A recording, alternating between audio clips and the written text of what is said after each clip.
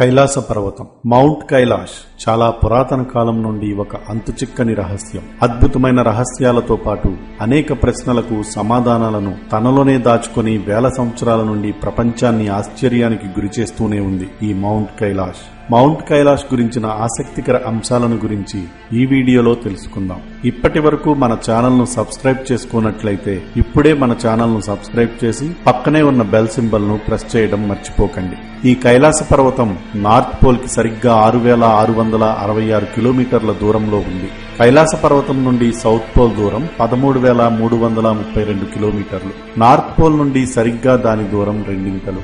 ఈ పర్వతం పశ్చిమ టిబెట్ లో దాదాపు 6,638 మీటర్ల హైట్ లో ఉంది. కైలాస పర్వత పరిసర ప్రాంతాలు విస్మయపరిచే ప్రకృతి సౌందర్యంతో నిండి ఉంటాయి. ఈ కైలాస పర్వతాన్ని అధిరోహించేటప్పుడు ఆయా వ్యక్తుల యొక్క ఎనర్జీ లెవెల్ మరియు మానసిక స్థితి తక్షణమే మారిపోతుంది. భారతదేశం నలుమూలల నుండి మరియు చుట్టుపక్కల దేశాల నుండి ప్రతి సంవత్సరం లక్షలాది మంది ప్రజలు ఈ మౌంట్ కైలాష్ కొలువైన ప్రదేశాన్ని సందర్శించడానికి ఆసక్తి చూపుతూనే ఉంటారు. హిందూ మతానికి చెందిన సాధకులు అని పిలువబడే మతపరమైన సన్యాసులు ఈ ప్రాంతంలో వారి ధ్యానం లేదా ఆధ్యాత్మిక అభ్యాసాలలో మునిగిపోవడానికి ఇష్టపడతారు.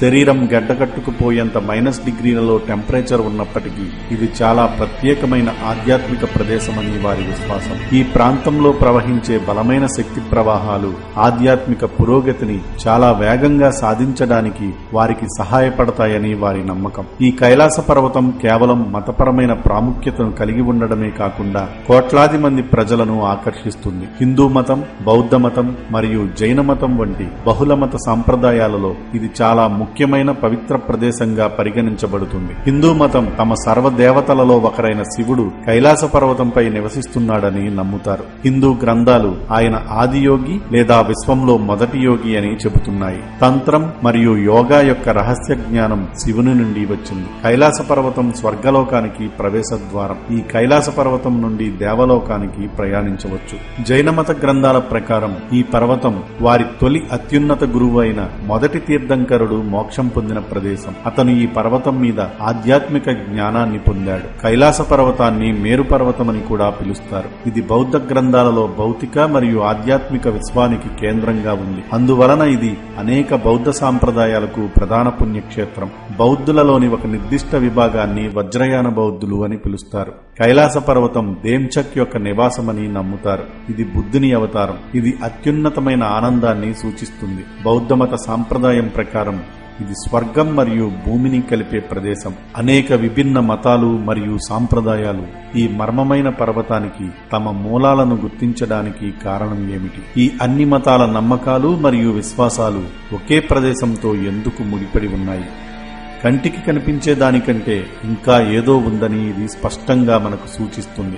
ఈ ప్రదేశం యాదృచ్ఛికంగా ఉండే సహజ పర్వతం కంటే విభిన్నంగా ఉంటుంది. ఇది వేల సంవత్సరాల నుండి అనేక రహస్యాలను తనలోనే దాచిపెట్టింది. కొంతమంది పరిశోధకులు మానవ నాగరికత యొక్క మూలాన్ని ఈ అద్భుతమైన కైలాస పర్వతం నుండి గుర్తించవచ్చని కూడా సూచించారు. ఇప్పుడు మనం 1999వ సంవత్సరంలో కైలాస పర్వతాన్ని సందర్శించడానికి వచ్చిన రష్యన్ అన్వేషకుడు డాక్టర్ ఎర్నెస్ట్ మాల్దషేవ్ తెలిపిన అంశాలను పరిశీలిద్దాం. అతను తన అనుభవాలను తాను వ్రాసిన where do we come from పుస్తకంలో పూర్తి వివరంగా పొందుపరిచాడు. భారతీయ సంస్కృతులకే కాదు యూరోపియన్లకు కూడా ఈ పర్వతంపై చాలా ఆసక్తి ఉంది.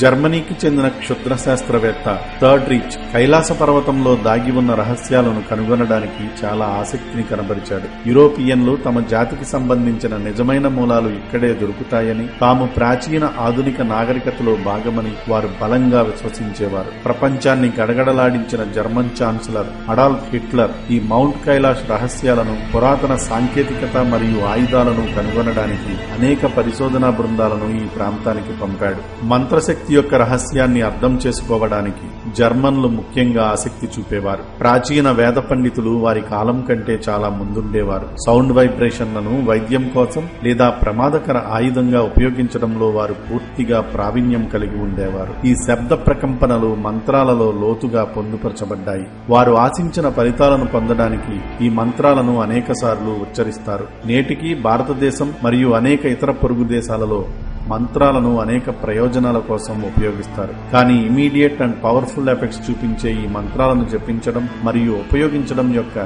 సీక్రెట్ టెక్నిక్ కోల్పోయినట్లు లేదా దాచివేయబడినట్లు కనిపిస్తోంది. ప్రపంచంలో కొందరికే ఈ రహస్యాలు తెలుసు.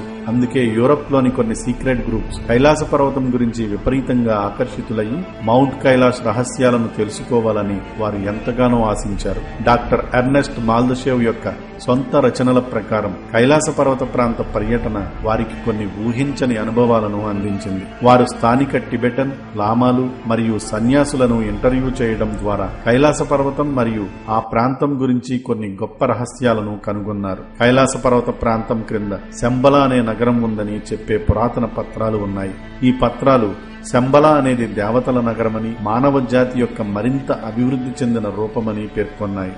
డాక్టర్ ఎర్నెస్ట్ మాల్దషేవ్ పర్వతం లోపల హాలోగా ఉండవచ్చని కూడా పేర్కొన్నాడు. కైలాస పర్వతం ప్రపంచంలోనే అతిపెద్ద పిరమిడ్ అని, ఈజిప్టులోని ప్రసిద్ధ పిరమిడ్లతో ఇది ముడిపడి ఉందని ఆయన ఊహించాడు. అయితే ఇది అస్థిరమైన వాదన, కానీ నిజం తెలియడానికి కొంత సమయం పట్టవచ్చు. ప్రస్తుతం చైనా ప్రభుత్వం కైలాస పర్వతం అధిరోహించడానికి కైలాస యాత్రపై పూర్తిగా నిషేధం విధించింది.